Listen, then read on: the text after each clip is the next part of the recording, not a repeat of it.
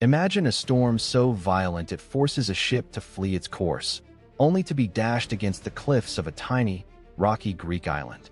The year is around 60 BC. The ship, a Roman cargo vessel, sinks, taking its treasures to the seafloor.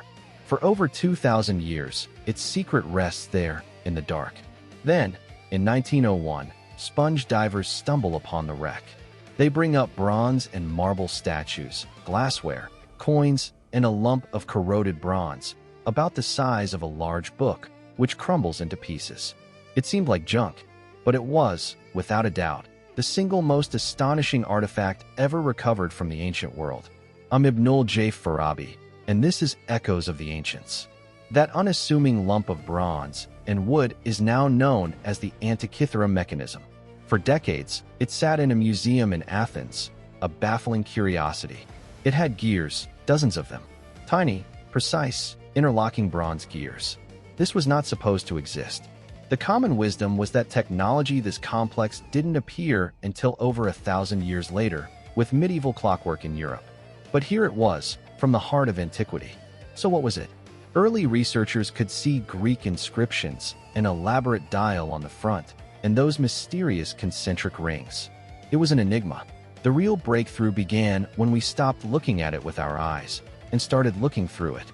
In the early 2000s, teams using advanced X-ray and 3D imaging finally peered inside the calcified fragments.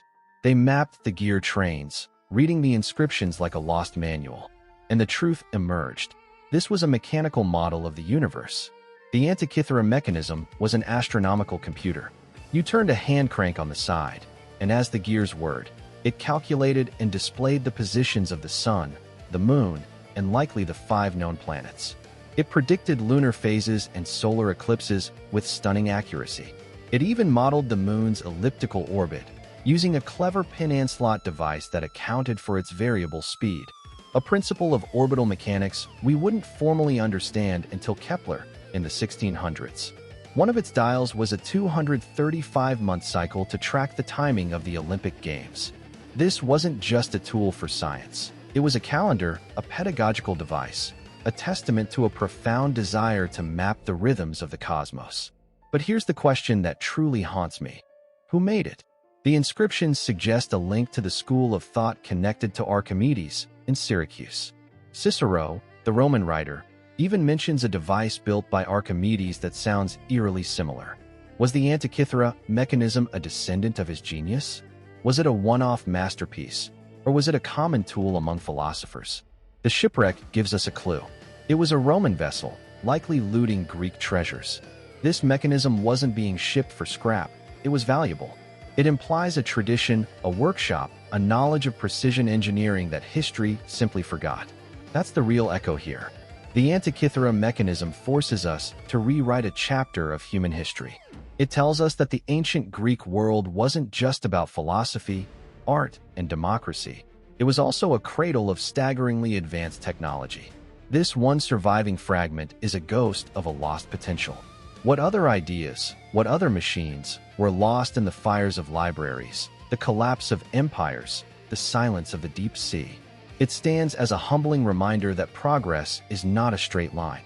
Knowledge can be found, perfected, and then vanish for centuries, waiting for the right storm, the right diver, the right mind to piece it back together. For me, an engineer standing in the 21st century, it's a deeply personal artifact.